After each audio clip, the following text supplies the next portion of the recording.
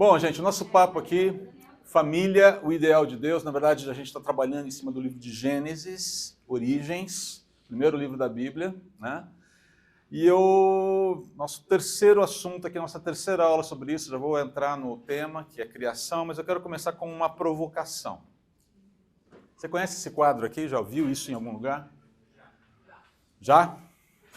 Você sabe de quem é esse quadro, quando ele foi feito, qual o nome do quadro?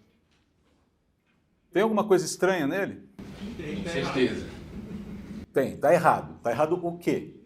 A câmera, né? Sony, né? Ok, basicamente esse quadro aqui se chama Moça com Brinco de Pérola, é de um artista, de um pintor holandês chamado Johannes Vermeer, e ele foi pintado em 1665.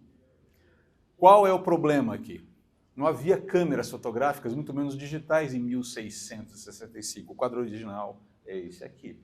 Aliás, é um quadro belíssimo. O Vermeer ele conseguiu criar uma nova estética na pintura, uma coisa diferente. Então isso aqui é uma interferência, isso aqui é alguns diriam que é uma brincadeira, por assim dizer, tá bom? De algum artista, de alguém que não tinha mais o que fazer, pegou um quadro bonito e fez essa interferência dele. Como é que você classificaria esse quadro? Tá? Quando você compara com o original, o que é isso aqui? Como você qualificaria isso aqui? Sátira. Sátira, ok. Pode até ser que seja. Incoerente. A situação para esse primeiro quadro aqui é falsificação. Por que não é uma falsificação? Porque não é uma cópia exata do original. Exatamente. Se fosse uma falsificação, a ideia era induzir você a acreditar que é o quadro verdadeiro. A palavra que eu estava esperando aqui para esse quadro, para essa situação, para esse primeiro quadro aqui é falsificação. Por que não é uma falsificação? Porque não é uma cópia exata do original. Exatamente. Se fosse uma falsificação, a ideia era induzir você a acreditar que é o quadro verdadeiro. Não é o caso aqui. Está claro que não é o quadro verdadeiro. Mas como é que você classificaria? Que palavra que você... Eu gostei da palavra incoerente que o Gabriel usou. Mas tem uma outra palavra mais técnica que ajuda a gente a entender o problema. Qual seria? Hã? Tem uma coisa que é curiosa que chama a atenção, é o seguinte, é um quadro que você tem praticamente a mesma imagem, né? Só que a palavra para mim que veio na cabeça é profanação, mas é diferente. Uma coisa que é o seguinte. Mas não deixa de ser. Chamado, a moça com brinco de pérola. E a câmera que ela está tirando selfie exatamente fica na frente da pérola. Então você desconstrói, você acaba com todo o conceito inicial do quadro, né? Exatamente. A palavra que eu estou procurando aqui é anacronismo. Tá? E aí você vai falar, não faço a menor ideia do que seja anacronismo. Tá? Bom, basicamente anacronismo poderia dizer que é qualquer parecer, qualquer leitura, qualquer julgamento sobre um acontecimento, sobre um determinado objeto, sobre um determinado fato, sobre um elemento histórico, por assim dizer, de maneira a adequar esse objeto fora do seu tempo original. Você traz isso para a realidade, você aplica um conceito atual, ou mais moderno, para desconfigurar a temporalidade daquele objeto. É exatamente isso que o Bob falou. Você desconstrói a informação a partir da inserção de um novo objeto. Ali é um quadro, é um retrato. Aqui é uma selfie. Tá? E basicamente você matou um elemento central. Na verdade, isso aqui faz parte, inclusive, do nome da obra. E não é moça com brinco de pérolas, porque só aparece um brinco. É moça com brinco de pérola. Tá bom? Mas só para você entender o problema aqui. Por que eu estou dando essa introdução? Porque quando a gente fala de regras para a leitura das escrituras, interpretação das escrituras, esse é um problema. Um problema, inclusive, atual. Eu vou passar por isso aqui muito rápido. Nós já falamos sobre isso num curso chamado Métodos de Estudo Bíblico, que a gente deve ter gravado, né, Sandra? Tá? Você pode encontrar, isso está no acervo da Escola Bíblica Dominical no YouTube, tá bom? Coisas que a gente tem que considerar quando você vai abrir a Bíblia e ler a Bíblia. Propósito autoral. Ali você tem um triângulo, né? Que é o triângulo chamado triângulo hermenêutico. Basicamente você tem uma relação, né, entre autor, texto e leitor. E a interpretação se dá sempre com base na intenção autoral. A hermenêutica bíblica, ela considera que isso aqui é importante. A intenção autoral deve ser considerada. Um texto não está divorciado da intenção do autor. Então, quando o leitor se aproxima do texto, ele precisa compreender a intenção, ele tem que considerar a intenção autoral e mais algumas outras coisas. Se ele não fizer esse movimento, se ele aplica a sua impressão, a sua visão, os seus pressupostos no texto, ignorando isso aqui, ele está cometendo anacronismo, muitas vezes. Tá? Outras coisas que a gente precisa considerar. Eu preciso lembrar que existe uma história contextualizando esse texto. Há uma cultura contextualizando esse texto. Há regras, há uma gramática que coordena esse texto. No caso da palavra de Deus, você tem duas línguas originais, hebraico e grego. Você não precisa saber hebraico e grego. Mas, eventualmente, você precisa correr para os originais para dissolver algumas dúvidas e compreender um pouco melhor alguns conceitos. É por isso que, quando você faz um treinamento teológico, invariavelmente você tem que lidar com as línguas originais. Porque senão você corre o risco de fazer uma leitura equivocada. Quando a gente fala de versões da Bíblia, especialmente nas línguas mais modernas, nós precisamos entender que houve todo um processo de adaptação à linguagem. Quando você pega a NVT, eu não sei, que Bíblia você tem aí? Quem tem NVT aqui? Ok, uma turma boa. A Bíblia que a gente tem usado é uma boa tradução. Né? Quem tem NVI? Quem está aqui com a linguagem de hoje? Ufa! Que é uma paráfrase quase, né? A NVI é uma boa tradução, NVT é uma boa tradução. Alguém usa aqui a revista atualizada? Só os fortes, né? Isso aí é geração raiz aqui, né? Exatamente, está atualizado até a Almeida 21 e tudo mais. Alguém usa aqui a corrigida? Essa é pesada. Ah lá, tem um doido lá, tá? Porque a corrigida é um português que está mais... É uma estrutura... Mas peraí, deixa eu explicar. Eu uso a corrigida, tem alguns versículos decorados nela, e de fato, se você for para NVT, você tem que decorar tudo de novo. Boa, Mas se você for para a Almeida corrigida, ela procura respeitar a métrica do hebraico, ela procura respeitar o texto original na sua estrutura, então ela é mais difícil de ler no português. Ela está mais distante da nossa maneira de falar, da nossa maneira de ler.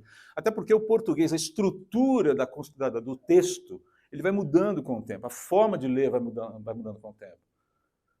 Hoje nós estamos acostumados com leituras em parágrafos mais curtos, mais rápidos. Você pega livros de 30, 40, 50 anos atrás, os parágrafos eram mais longos, as ideias eram mais extensas. Hoje você tem que trabalhar as ideias de maneira mais concisa, porque senão as pessoas não conseguem absorver. É a realidade da linguagem. A linguagem ela é sempre viva, né? Então, você tem regras gramaticais, né? A gente tem que interpretar aqui o vocabulário, a sintaxe, a gente tem que correr para o texto original quando necessário, por isso que precisa haver um treinamento, especialmente quem é pastor, quem é líder eclesiástico, quem está mais envolvido com o ensino, na medida do possível, tem que conhecer, tem que ter acesso a isso. Outra coisa, né? Regras aqui. A interpretação ela precisa ser literal. Ela tem que avaliar o significado das palavras e expressões utilizadas no texto. Não existem sentidos ocultos no texto. Você pode ter uma ideia que esconde alguma informação, que não dá toda a informação, mas a palavra tem um sentido específico, tá bom? Lembrarmos também que a interpretação, a leitura e a interpretação ela deve ser contextual e intertextual, ou seja, eu sempre tenho que entender o contexto antes de fazer qualquer espécie de interpretação mais profunda. O que esse texto está, qual o ambiente no qual esse texto está envolvido, sobre o que está sendo falado. Porque senão eu posso pensar alguma ideia e aplicar de uma maneira equivocada porque eu não estou observando o ambiente, o contexto no qual o texto está inserido. Tá? E intertextual, ou seja, a Bíblia explica a Bíblia. Quando eu tenho um texto muito obscuro nas Escrituras, Eu vou procurar, antes de mais nada, comparar esse texto, esse ensino, esse princípio, seja lá o que for, com outros textos que explicam, que me expandem o entendimento sobre o que aquele texto está explicando. Tá? A esse método, eu estou sendo bem rápido aqui, porque o nosso foco não é esse, é mais para preparar você para o que vem adiante. Tá? Com isso, eu quero dizer que a gente usa aqui na igreja um método chamado histórico-gramatical literal. A gente aborda a palavra de Deus usando esse método. É um método hermenêutico, um método de estudar e interpretar as Escrituras. E por que eu estou dizendo isso? Porque existem outros. O método histórico-gramatical literal está aqui. Ele tem um irmão quase que gêmeo, que é o método histórico-gramatical, mas não literal. Basicamente, os reformados caminham mais nessa linha. Tá? Igreja presbiteriana, eu sou de origem presbiteriana, então eu sei... Não estou falando nenhuma besteira aqui. Se tiver algum presbiteriano incomodado, pode falar comigo. Mas são métodos que estão no mesmo lado do espectro. E você tem um método histórico crítico, que é a chamada nova hermenêutica. É a turma que fica avaliando, acessando as Escrituras com a mesma disposição daquele sujeito que adulterou ou profanou, vou usar a palavra do Bob aqui, o quadro do Johannes Vermeer. Ok? É a turma que quer ressignificar a Bíblia, que quer adaptar a Bíblia aos nossos tempos, que quer dizer isso aqui está datado, precisa mudar. Ele pega a história atual, ele pega o cenário atual, ele pega a cultura atual e ressignifica, relê as Escrituras a partir do que ele está vendo hoje. Isso é um problema. Tá bom? Então, a gente não faz isso aqui na CB Moema. O nosso método é esse aqui. É das Escrituras para a realidade. O movimento não é anacrônico, tá? Ele busca entender o que Deus revelou lá através dos autores humanos, interpreta isso no contexto e faz a transposição, né? Aquilo que a gente chama de abismo hermenêutico, é passado de uma forma muito cuidadosa para cá. Tá? Nós nos aproximamos das Escrituras com os nossos pressupostos, mas eles são desmontados sempre que necessário quando a palavra de Deus diz o jeito que você está pensando está errado. Tudo bem? Então, quando a gente se aproxima de um livro como Gênesis, as regras que nós utilizaremos aqui são essas. Método histórico, gramatical, literal. Isso é importante para falar desse assunto aqui, criação. Porque se tem um tema dentro das Escrituras que invariavelmente é questionado como sendo literal ou não, é a criação tal como descrita no Gênesis. Vamos lá. Vamos começar. Olha só. Primeira informação que nós temos aqui. No princípio, Deus criou. Os 2 primeiros versículos da Bíblia. Olha a informação que você tem. No princípio, Deus criou os céus e a terra. A terra era sem forma e vazia. A escuridão cobria as águas profundas e o Espírito de Deus se movia sobre a superfície das águas. Eu estou usando a NVT aqui. Tá? Às vezes dá vontade de usar a revista atualizada, né? Aquela construção mais formalzona, bonitona, mas... Está aqui, a informação está aqui. Muito bem, olhe para esse texto. O que ele nos informa? Tem 2 informações essenciais aqui. Quais são elas? Que a vida não começou por acaso. A vida não começou por acaso. Vai lá, Bob. O que eu vejo aí sempre são 3 coisas, né? Tempo, espaço e matéria.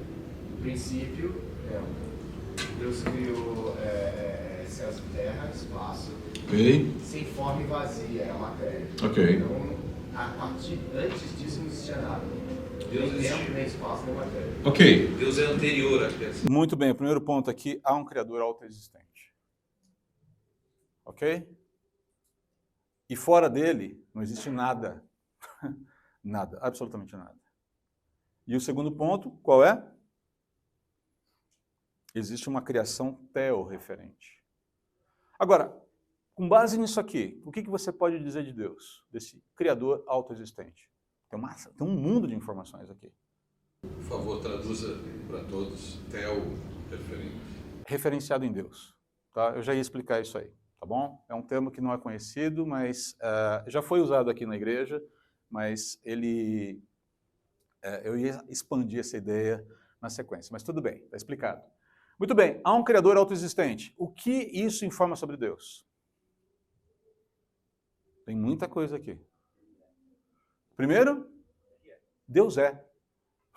Deus simplesmente é. O que mais? Se ele não é criado, veja bem, está falando que Deus não é criado, que ele não é autocriado, porque nada cria a si mesmo, porque para criar-se a si mesmo precisa existir antes de existir. Você está entendendo o ponto? É uma contradição lógica. Nada pode criar a si mesmo. Não existe essa possibilidade. Ah, Deus se causou, Deus se originou. Isso não existe. Opa, isso lança luz sobre uma outra coisinha da criação, mas a gente já vai chegar lá, uma coisinha chamada Big Bang. Vamos lá. Volta para cá. Então está falando que Deus não é criado, ele não é autocriado, ele não tem início. Deus simplesmente é. Mas aí informa mais algumas coisas sobre Deus aqui. O que informa? Ele pode criar as coisas. Que ele criou. Ou seja, Deus criou. E se ele criou, ele possui o quê?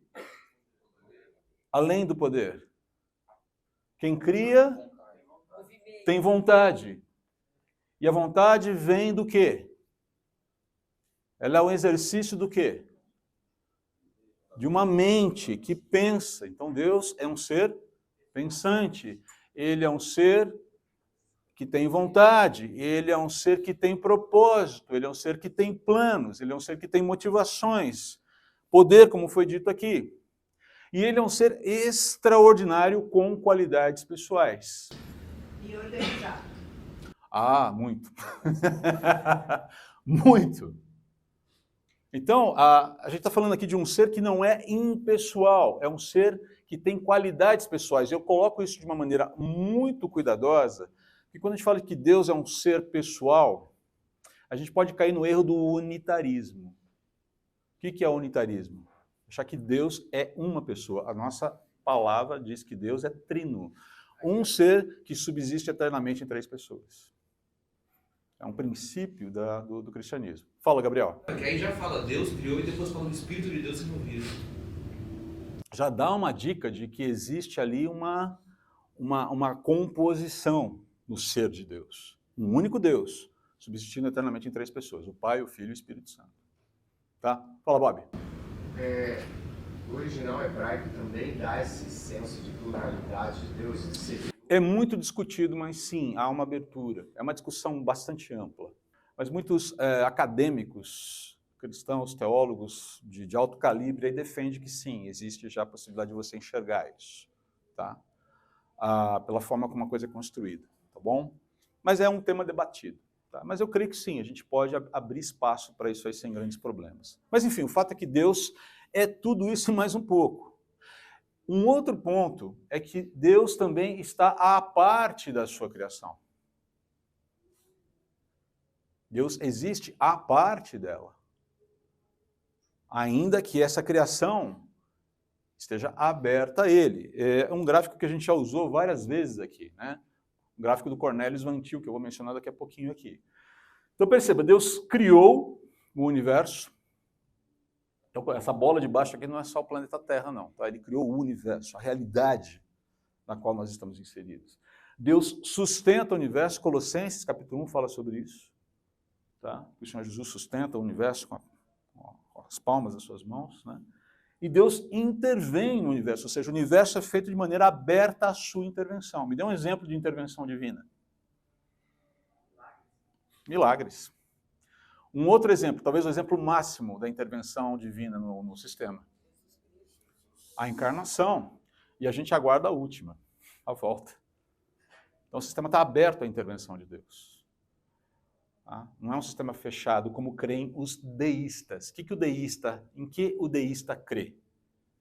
Que Deus criou o mundo, sim. Tá? O mundo foi criado por uma mente, né? Mas Deus, é o argumento de William Paley, né? Deus criou o relógio, deu corda e soltou e falou, não tem mais nada a ver com você. Vire-se. Já criei todas as condições, está tudo funcionando bonitinho e eu não interfiro mais. Só que essa não interferência que o deísmo fala, não causa ou não provoca ou não permite o quê? Redenção. Não existe, então, a possibilidade de redenção do homem. Vocês quebraram o relógio? Virem-se. Essa é a ideia. Nós não cremos nisso. O sistema está aberto para Deus. Tá bom? Então, essa é a ideia aqui. Tá? Há uma criação porque existe um Criador que também sustenta e intervém na sua criação. E essa criação, por conta disso, ela tem propósito. Aqui é importante, porque isso aqui vai chegar na questão familiar daqui a pouco. A criação tem propósito, ela tem significado, ela tem valor, que são atribuídos pelo Criador. O Van Til fala uma coisa muito interessante sobre isso. Cornelius Van Til, ele é o autor daquele gráfico que eu uso constantemente, eu gosto muito dele. Ele é um teólogo holandês, reformado, foi uma das mentes mais pujantes ali na área de ensino, na área acadêmica do seminário de Westminster, em Filadélfia, um cara assim, bastante respeitado, né? Olha o que ele fala num livrinho muito fininho, e bom, gostoso de ler, chamado Por que Crer em Deus? A menos que Deus esteja por trás de todas as coisas, você não poderá encontrar significado em nada. Não posso sequer argumentar em favor da crença nele sem já havê-lo tomado como certo. Esse é um problema que o ateu tem, que o ateísmo tem. Para você descrer de Deus, você precisa considerar primeiro que Deus pode existir. Nenhum ateu sai do zero com a descrença em Deus. Ele precisa passar pela possibilidade de Deus existir. É um negócio incômodo para o ateísmo. Tá? E igualmente afirmo que você não pode argumentar contra a existência de Deus, a menos que também já o tenha tomado como certo. E ele continua. Argumentar sobre a existência de Deus, eu creio, é como argumentar sobre o ar. Você pode afirmar que o ar existe ou que não existe. Contudo, quando debatemos isso, enquanto debatemos isso, estamos ambos todo o tempo respirando. Deus é como a mesa onde repousam as armas utilizadas por aqueles que tentam pôr um fim à sua existência. Onde é que você vê isso com muita recorrência? Quando as pessoas tentam usar o problema do mal e do sofrimento para anular a existência de Deus. Se Deus não existe, por que o mal é um problema? Por que o bem é uma coisa boa? Se não existem conceitos objetivos que regulem a humanidade. Por quê? Fala, Daniel. Uma coisa que está bem alta hoje em dia, até nas redes sociais, parece bastante aquele paradoxo do Epicúrio, acho que parece direto assim nas redes sociais. Se Deus existe, ele pode ser bom e mal. Se ele for todo bom, então ele não pode existir. Um negócio assim.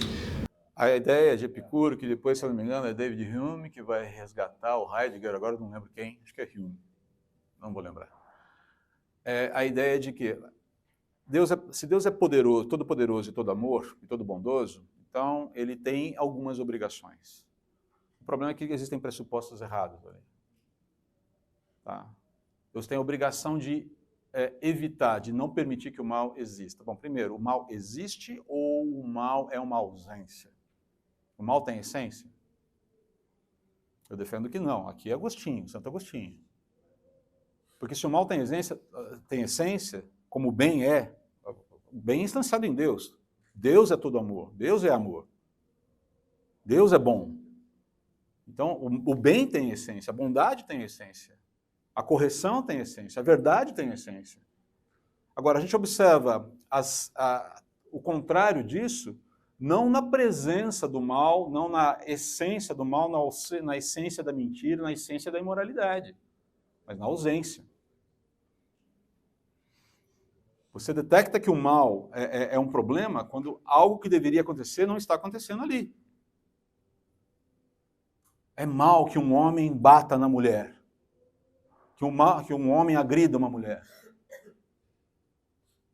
Mas isso não é essencial. Isso é ausência, porque o correto seria um homem proteger uma mulher, guardar uma mulher, nas formas apropriadas. O cuidado que eu vou ter com a minha esposa é único com ela, mas isso não significa que eu também não tenha que ter cuidado com outras mulheres. É uma das maneiras apropriadas desses relacionamentos com outras mulheres. Por exemplo, só estou citando um exemplo. Tá? Então percebam como a questão aqui é muito, muito ampla. Então, o paradoxo de Epicuro, que realmente nasce com Epicuro e depois é retomado, é uma tentativa de desaprovar Deus, porque Epicuro não era alguém que cria nas divindades. Na verdade, ele era um estoico. Ele tinha um epicurismo, na verdade, o estoicismo, eles caminhavam muito juntos.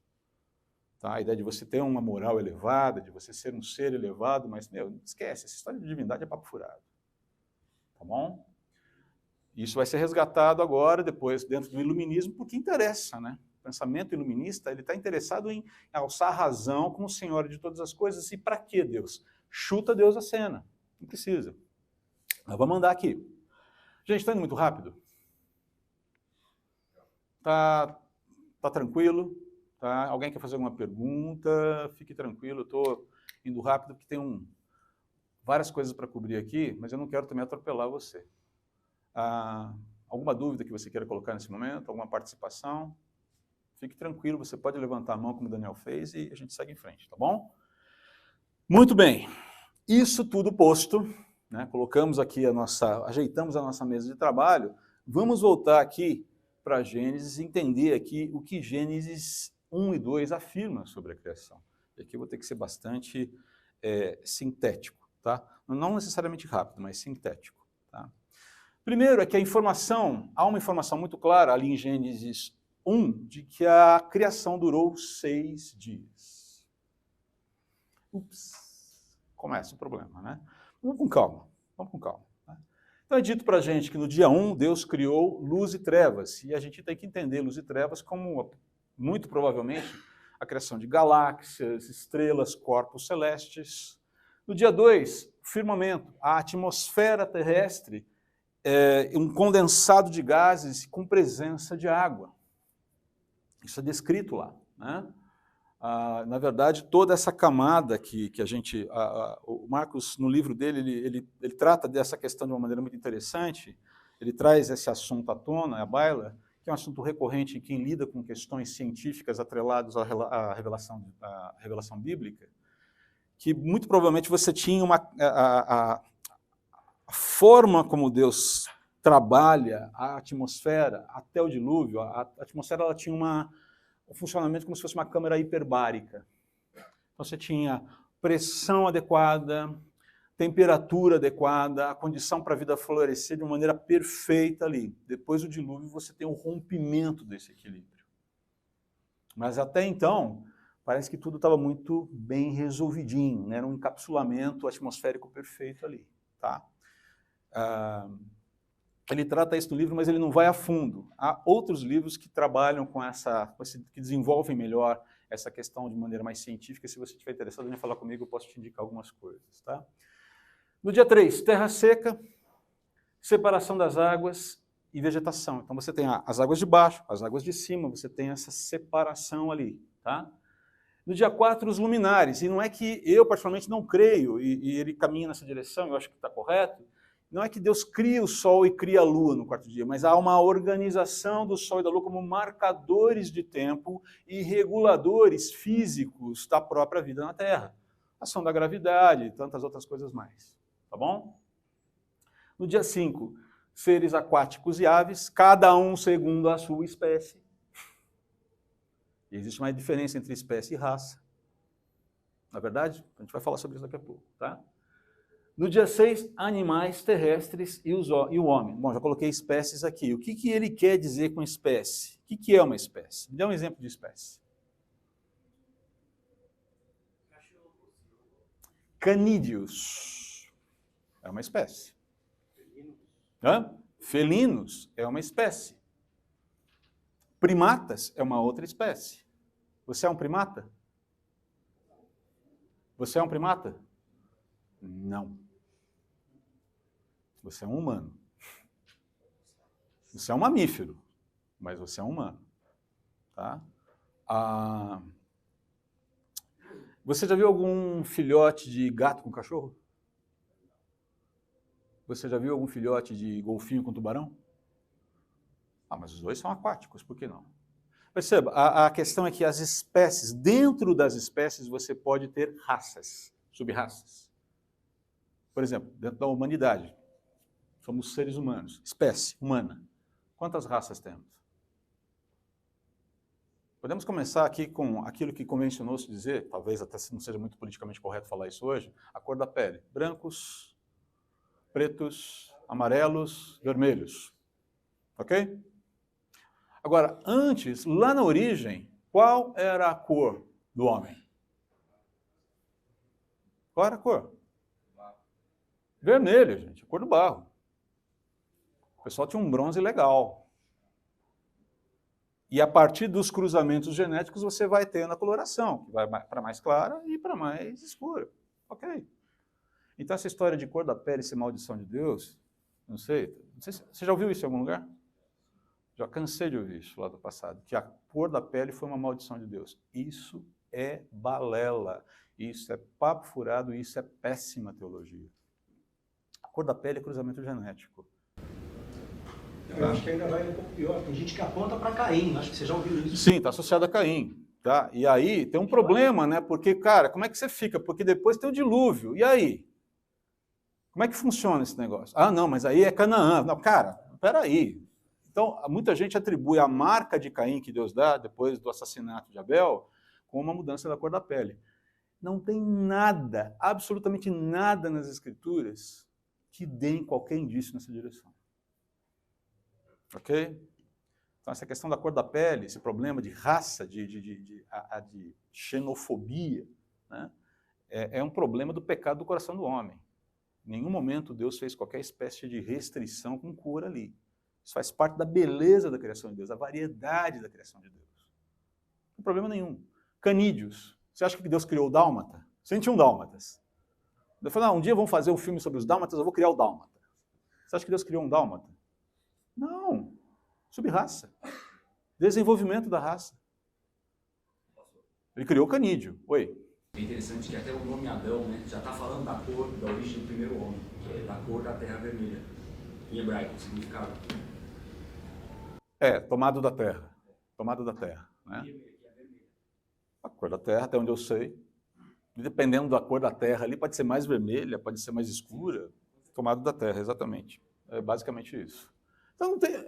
Percebam, então a questão de nós precisamos diferenciar espécie de raça. Raça está abaixo de espécie. Não há cruzamento entre espécies. Embora você possa fazer cruzamentos entre raças debaixo de uma mesma espécie. É por isso que existe, por exemplo, o vira-lata. Ok? Agora, vai tentar... E às vezes é muito complicado, porque à medida que você desce na especificidade da raça, você cria problemas. Quanto mais específica é a raça, mais problemas, mais perda de qualidade genética você tem. Você não tem... Você ganha qualidade estética, mas você perde qualidade genética. Ok? Tá claro isso, gente? Bob, estou falando alguma besteira? Tá? Não vamos entrar no mérito mais científico da coisa, mas, grosso modo, é isso. Dálmatas, por exemplo, tem tendência à cegueira. Pegando aqui os canídeos, né? Você pega pastores alemães. Qual é o problema do pastor alemão? Se não me engano, é displasia ou escoliose. Não, displasia não, escoliose, eu não lembro como é que chama. Não sei. Eles têm a ideia, você tem as cadeiras, né, que eles chamam, né, a parte do quadril do cachorro, ele tende a cair com o tempo. Ele perde sustentação. Bulldog. Já tentou fazer um bulldog cruzar naturalmente? Alguém já teve bulldog aqui? Meu, é impossível cruzar aquele bicho. Ele precisa de ajuda. E normalmente a inseminação é artificial. Então, só para você entender aqui os movimentos, né? Muito bem, então quando a gente está falando de espécies, a gente está falando de que não há cruzamento. Deus já criou as espécies definidas e não há cruzamento, não há possibilidade de troca entre elas. Elas convivem, mas elas não trocam no sentido de criar uma nova espécie. Isso não existe, tá bom? Vamos em frente aqui. Qual é a reação divina ao final de tudo isso? A cada dia, e viu Deus que o que ele havia feito, bom, bom, bom, bom, bom, muito bom. E o muito bom diz respeito a isso aqui, mas também ao todo, e eu diria até que não só a fotografia do momento, mas é o todo no que diz respeito à história, no que diz respeito à completude da história, ao cumprimento de toda a história. Oi. 6 dias aí são dias, 24 horas. Deixa eu andar um pouquinho mais, Gabriel. Vou chegar lá. Vou chegar lá porque a gente vai falar rapidamente sobre as propostas, sobre esse trabalho da criação aqui. Tá bom? Agora, vamos lembrar, a Bíblia não tem a pretensão de ser um livro científico. É um livro revelacional teológico. Está falando de um criador autoexistente e a criação é obra das suas mãos. E a intenção de... Foi Moisés que escreveu, né? A intenção de Moisés era, acho que, dar uma orientação ao povo, registrar para o povo de Israel como a criação havia sido feita. Eu vou fazer só um pequeno ajuste no seu comentário. A intenção de Deus através de Moisés. Sim. Entendam a origem de vocês. Lembrando que esse povo que sai do Egito é um povo que está mergulhado na cosmogonia egípcia. E a cosmogonia egípcia, ela é muito pornográfica. As divindades egípcias, elas não são muito legais. Você tem as águas primordiais de Num, se eu não me engano, ou Num é o monte que nasce das águas primordiais, e todas as divindades, elas nascem, me perdoem aqui, vou colocar o português claro, né? Da masturbação de um Deus primordial. Ele ejacula e as divindades nascem. Tudo tem a ver com sexo. Então, toda a cosmogonia egípcia está muito impregnada no povo de Israel, que está aculturado ali depois de 400 anos. Eles precisam aprender que não é daquele jeito. Então, há todo um trabalho, um trato. Tanto é que quando chega em Deuteronômio capítulo 6, qual é a ordem, qual é a orientação de Moisés para o povo? Essas palavras que eu te falei, está falando de tudo que foi revelado até ali. Estarão no seu coração. Você vai se relacionar com Deus a partir da verdade revelada. E isso que está sendo colocado no seu coração, você vai transmitir de geração em geração. A responsabilidade do pai, da mãe, na educação, no cuidado, no pastoreio do filho. Tá? Muito bem, então você tem aqui a adoração, você tem a reação de Deus, ou seja, a satisfação, contempla, Deus fala, cara, ficou legal isso aqui. E mais um ponto, as condições colocadas para o primeiro casal são condições perfeitas. Estamos chegando na questão do ser humano, da família aqui. Né? Se você olhar ali nos versículos... Quem pode ler para mim capítulo 2, versículos 16 e 17 de Gênesis? Tudo perfeito com uma pequena restrição. Qual é a restrição?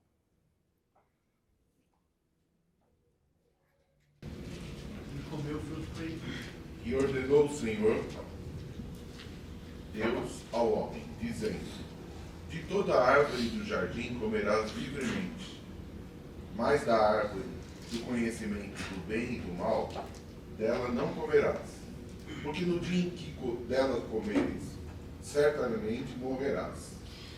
Entenda o seguinte, Deus estabelece toda a criação, ele cria um ambiente paradisíaco, você vai ver a descrição lá em Gênesis 1, mais especificamente 2, você vê que o ambiente era absolutamente amigável, harmônico, tranquilo. Havia provisão de tudo ali.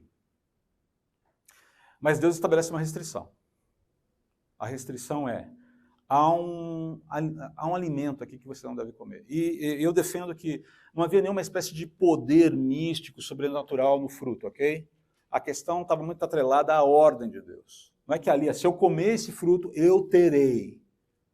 Mas a questão diz respeito à obediência, à relação com Deus. E aí você fala, pô, mas por que Deus colocou esse negócio lá para criar um problema para o homem? O ponto todo tem a ver com a questão do livre-arbítrio que, de fato, Adão e Eva tiveram. Eles tiveram livre-arbítrio. Eu não digo que nós temos, porque um arbítrio livre é um arbítrio isento de falhas, e o nosso arbítrio hoje está corrompido pelo pecado. O que nós temos hoje é livre agência. Eu decidi a roupa que eu vou colocar hoje. Eu decido se eu vou ser fiel à minha esposa ou não. Eu decido se eu vou pagar os impostos ou não. Eu decido se eu vou educar o meu filho nos caminhos do Senhor ou não. Eu decido se eu vou ser um homem honesto ou não. Decisão minha, livre agência, mas não livre-arbítrio. Eu defendo essa posição. Você não precisa concordar comigo, a gente toma um café e a gente fica em paz. Você pode, inclusive, abastecer minha canequinha do 15 que eu ganhei. Muito bem. A questão é que, para que haja liberdade real, precisa haver um teste de fidelidade. Se você não tem a possibilidade de escolher ser fiel, Você está condicionado a ser fiel. O teste em si não é um problema. A possibilidade de existir, ou o existir um teste não é um problema. O problema é você não passar nele.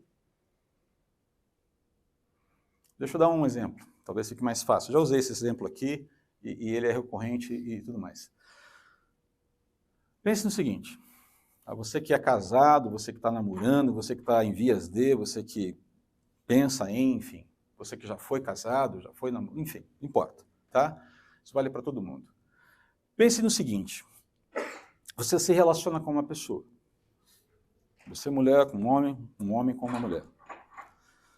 E aí você chega para essa pessoa e fala, querida, ou no caso da mulher, querido, né? Você me ama? E essa pessoa vira para você e fala assim, eu estou condicionado a isso, não tenho opção.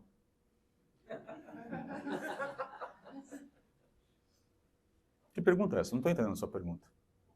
Eu fui criado assim, eu tenho que fazer isso. Eu tenho que te amar. Romântico, né? Mas você está entendendo a pergunta? Você me ama de livre, espontânea vontade? Você decide ficar comigo e se apartar de qualquer outra pessoa para ficar comigo? Eu estou te falando, não tem outra opção, eu tenho que fazer isso. Para mim, isso é estranho, não estou entendendo o que você está falando.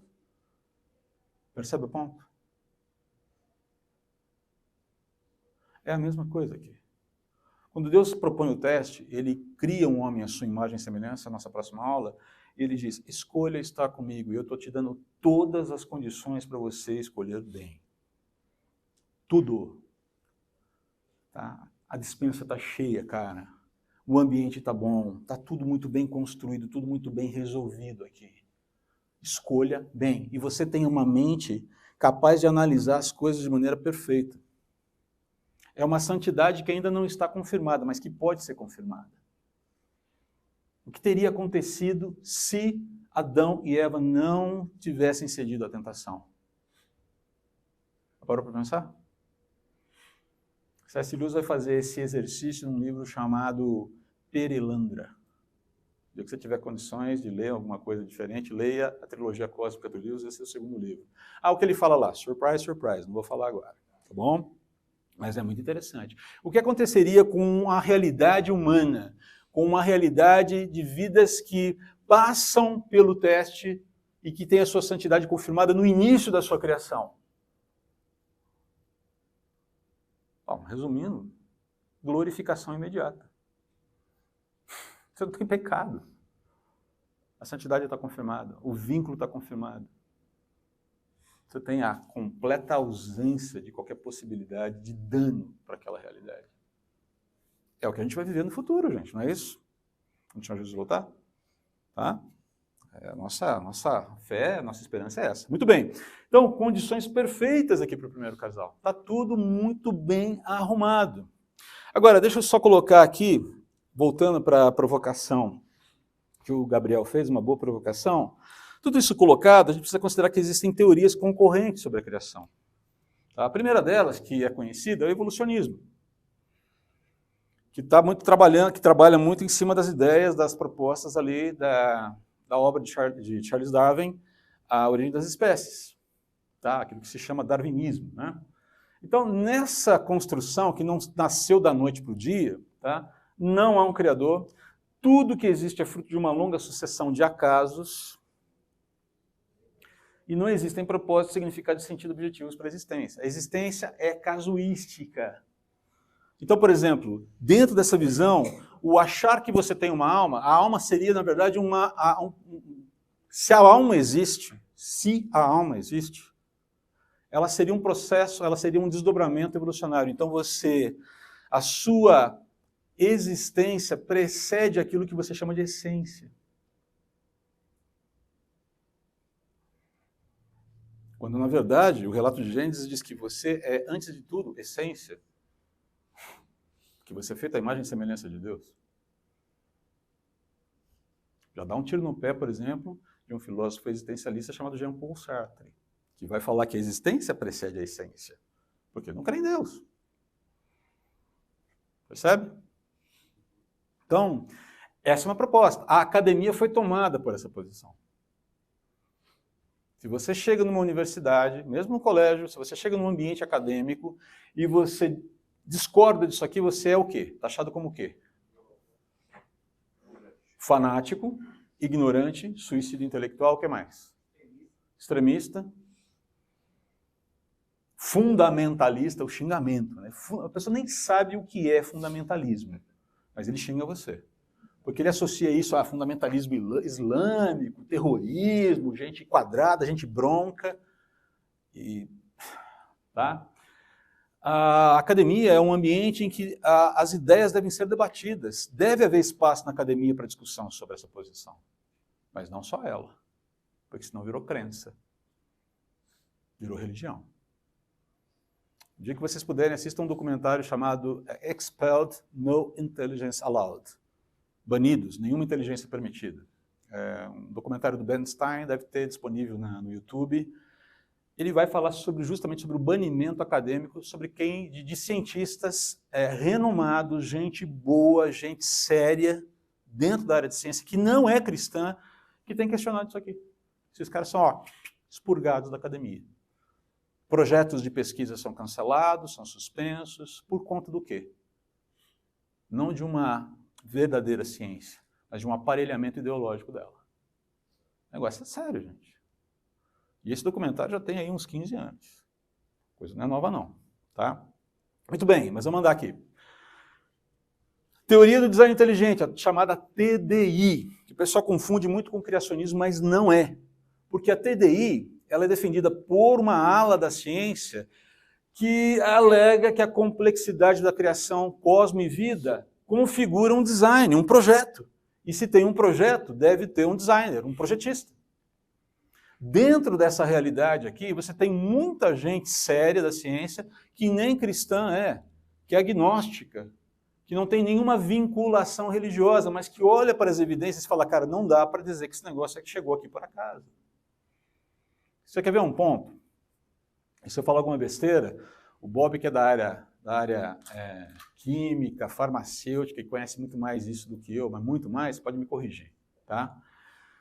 Bob, a ciência explica como material inorgânico produziu material orgânico? Ela consegue explicar? É impossível. Pedra virar vida? Não. Resumindo. A ciência não tem uma explicação para isso. Tem umas teorias bem malucas. Os caras fumam uns baseados lá e... tá? Mas não existe explicação. A ciência não consegue explicar como num processo aleatório, ao longo de 13,7 bilhões de anos, material inorgânico, que é a origem da vida está lá, material inorgânico, se transforma em material orgânico. Ninguém consegue decifrar essa equação. Uma das partes consideradas mais inteligentes da criação é o olho humano. Não só o olho humano, como o olho de qualquer animal. Por exemplo, o evolucionismo não consegue explicar isso. Eles brecam, eles param aí e não saem do lugar. Como é que esse negócio se processou ao longo... Alguns órgãos, gente, é aquilo que a gente chama de complexidade irredutível. O negócio tem que nascer daquele jeito. Não tem como você evoluir com aquilo. Tá? Mas só para você entender, então esse negócio está aqui. Agora, veja bem, tudo isso aqui diz respeito a quem eu sou como homem, a quem você é como mulher, quem nós somos como os homens, mulheres, e o que significa essa coisa chamada família, que é o ideal de Deus. Tudo isso aqui afeta a nossa visão sobre isso. Só uma observação. Como você colocou, embora a Bíblia não tenha essa pretensão de ser uma narrativa científica, e é verdade, mas ela consegue ultrapassar isso. Ela passa a ser o óbvio, porque assim, eu acho que falta um pouco de um posicionamento mais firme dos cristãos nas áreas acadêmicas. Porque o que eles têm como ciência lá, a maioria são teoria. Por exemplo, teoria do Big Bang. Se aconteceu, não tem como provar, porque nunca mais vai acontecer. Criação. Gênesis, ele fala que criou, Apocalipse, ele fala que farei novamente. Para algo ser ciência, ela tem que ser empírica. Quais são os métodos do que é empírico na ciência? É algo que pode ser comprovado, experimentado ou observado. Então vamos lá, eu não consigo provar Deus para você, mas você consegue fazer prova de Deus para você. Então ele é experimental. Eu consigo também, através da observação, ver que Deus é real quando, por exemplo, alguém é aceito por Deus e é transformado. Isso também, dentro de um método científico da observação, isso é ciência. Agora, o problema é que a gente vai para uma área acadêmica e a gente acaba recuando e acaba colocando essas teorias que eles mesmos falam que é teorias e a gente tem como ciência. E o que é ciência, que é o óbvio, para essa vida e para a eternidade ainda, porque essa é a proposta do Evangelho, a gente coloca como religião, como se fosse algo menor. A discussão ela é ampla, tá? Eu não quero entrar tão a fundo nela aqui, não porque ela não seja interessante, ela é, e eu concordo com você, Marcelo, eu só quero mostrar aqui quais são as posições e como isso afeta a nossa visão sobre o que significa ser um homem, o que significa ser uma mulher e o que significa ter uma família nesse mundo. Tá? Tudo isso aqui afeta a nossa visão, e está afetando a visão dos nossos filhos. E nesse sentido, eu concordo com você, nós precisamos ter uma presença na academia, mas uma presença menos belicosa, mais beligerante, menos belicosa, menos briguenta, beligerante no sentido de se engajar com a discussão, propor uma discussão séria e nos prepararmos para essa discussão com consistência formacional e não só teológica. Bons matemáticos, bons físicos, bons químicos, bons biólogos, gente que tem um conhecimento profundo e que sabe dialogar nos termos da ciência em favor de uma posição que não é uma posição, em favor de uma posição que é pró-cristã, mas mais no sentido de trazer a verdade à tona. E não simplesmente criar com essa ideia de fazer proselitismo religioso também. Porque a ideia não é tomar a academia em nome do Senhor Jesus. A nome é resgatar o diálogo para que o Senhor Jesus seja conhecido. As maiores universidades do mundo foram criadas por cristãos. Sim, e depois se corromperam, acabaram secularizadas, né? Por isso que eu citei na aula anterior o Marcos Eberlin e o professor Adalto, justamente porque eles estão nessa linha de frente. Quem quiser no YouTube pegar os vídeos deles, gente, vale a pena, eles fazem uma declaração assim, extremamente acadêmica. E eles se posicionam exatamente assim. E cristã, que é o mais importante. Muito bem, e vou trazer uma informação adicional que remete aí ao Eberlin e ao Lourenço. O evolucionismo teísta é uma outra visão. Ela vai admitir o Criador, ela crê em Deus, mas ela crê que toda a criação é fruto de um processo evolucionário que Deus vai gerenciando. Deus atua nas lacunas. Por exemplo, chegou no momento ali de matéria orgânica, matéria não orgânica, gerar matéria inorgânica. Opa, Deus entra. Tá? É muito debatido, eu creio que existe uma visão, é uma tentativa de conciliar o relato bíblico com a ciência, mas eu creio que há uma certa ingenuidade aqui em quem advoga isso aqui. E veja bem, são pessoas sérias. Eu posso citar aqui o Roberto Covolan, que é um cara sensacional, físico da Unicamp, ele crê nisso aqui. Guilherme de Carvalho defende essa posição.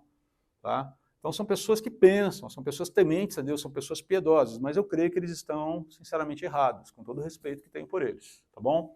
E a gente tem aqui, alguém levantou a mão aí? Não vi? Não? E a gente tem aqui a visão criacionista, crê na literalidade do relato bíblico sobre a criação. O Marcos Eberlin crê, e a PhD em Química. O Adalto Lourenço crê. E tem formação, acho que é doutor em Física, mestre em Física, não lembro agora. Física nuclear. São pessoas que conhecem ciência. Olham para isso aqui e falam, não tem porquê, não tem problema de haver literalidade nos dias de Gênesis. E aí alguém vai chegar para ele, pô, mas escuta, o que você faz com os 13,7 bilhões de anos que a ciência comprovou que o universo tem? Eu falei, a ciência comprovou com base em quê? Esse é o ponto. Com a constância da velocidade da luz, basicamente, radiação de fundo, medições desse tipo, tá bom?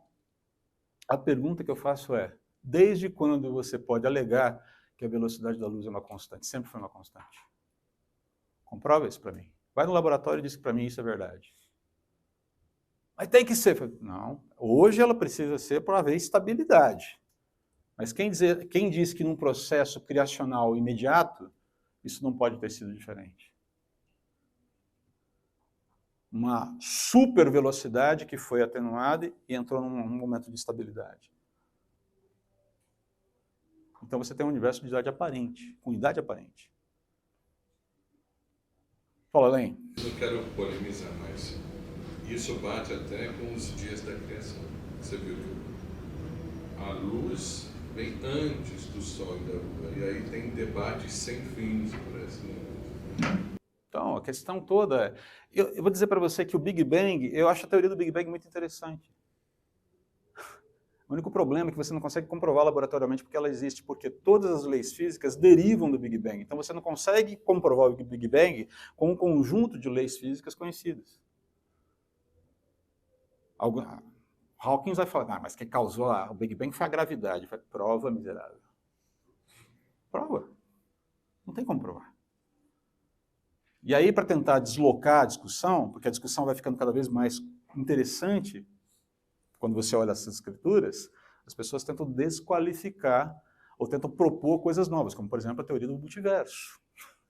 Está aí, moçada. Tá aí, como é uma forma de você tentar apagar essa ideia do, ok, tem uma origem, tem proposta para doido, para todo tipo de vontade e de gosto aí. Tudo isso é importante para a gente entender. A gente está criando aqui a nossa mesa, a gente está organizando a nossa mesa para quando a gente for falar, por exemplo, a semana que vem sobre Imago Dei e os propósitos de Deus para o casal, para a família, tá bom? Então, esse é o ambiente, esse é o pano de fundo da nossa história como seres humanos. Só para a gente entender aqui como a coisa é curiosa, né? E aqui eu vou fazer algumas citações de um astrônomo muito famoso chamado Robert Jastrow. Esse cara é agnóstico, tá? Esse cara não é cristão, não, pelo menos não até onde eu sei. Olha as coisas que esse cara foi construindo ao longo. Esse é um cientista honesto. Tá? Pode existir uma explicação lógica para o nascimento explosivo do nosso universo. Estou falando do Big Bang. Mas se existe, a ciência não pode descobrir essa explicação. A busca do cientista pelo passado termina no momento da criação. Porque as regras que nós temos no modelo padrão da física, elas não se aplicam, elas não são aplicáveis no momento 0 menos 1 da criação. Neste momento, parece que a ciência nunca será capaz de levantar a cortina do mistério da criação. Para o cientista que viveu por sua fé, no poder da razão, olha o iluminismo aí, a história termina como um pesadelo. Ele escalou a montanha da ignorância, está prestes a conquistar o pico mais alto, enquanto ele puxa-se sobre a pedra final, ele é saudado por um bando de teólogos que estão lá sentados lá há séculos. Cara, fantástico isso aqui, né? Os teólogos geralmente ficam encantados com a prova de que o universo teve um começo, mas os astrônomos ficam curiosamente chateados. Acontece que o cientista se comporta como o resto de nós quando nossas crenças estão em conflito com as evidências. Tem jeito de cristão. Olha, tem cheiro, né? Agora vamos à evidência. Agora vemos como a evidência astronômica leva a uma visão bíblica da origem do mundo. Os detalhes diferem, mas os elementos essenciais e os relatos astronômicos e bíblicos do Gênesis são os mesmos. A cadeia de eventos que leva o homem começou repentina e nitidamente em um momento definido no tempo, em um flash de luz e energia. Não percam no próximo domingo o Imago Dei. Mas entendam, é necessário que a gente veja todo esse pano de fundo. Mas percebam que para a gente entender o que significa sermos feitos à imagem e semelhança de Deus, o que é o mandato cultural e o que significa essa coisa de sermos homens, mulheres, famílias nesse mundo, a gente precisa ter essa visão adequadamente colocada. A nossa visão sobre a criação precisa ser calibrada a partir daquilo que Deus diz que esse negócio é. E não aquilo que a gente acha que é. Aquilo que a gente acha que pode ser e aquilo que a sociedade, a cultura estão dizendo que é. Toda vez que você entra no cinema, você vai ver uma proposta diferente. É legal, vá. Não tem problema, vá assistir aos filmes da Marvel e da DC Comics. Mas saiba filtrar as propostas.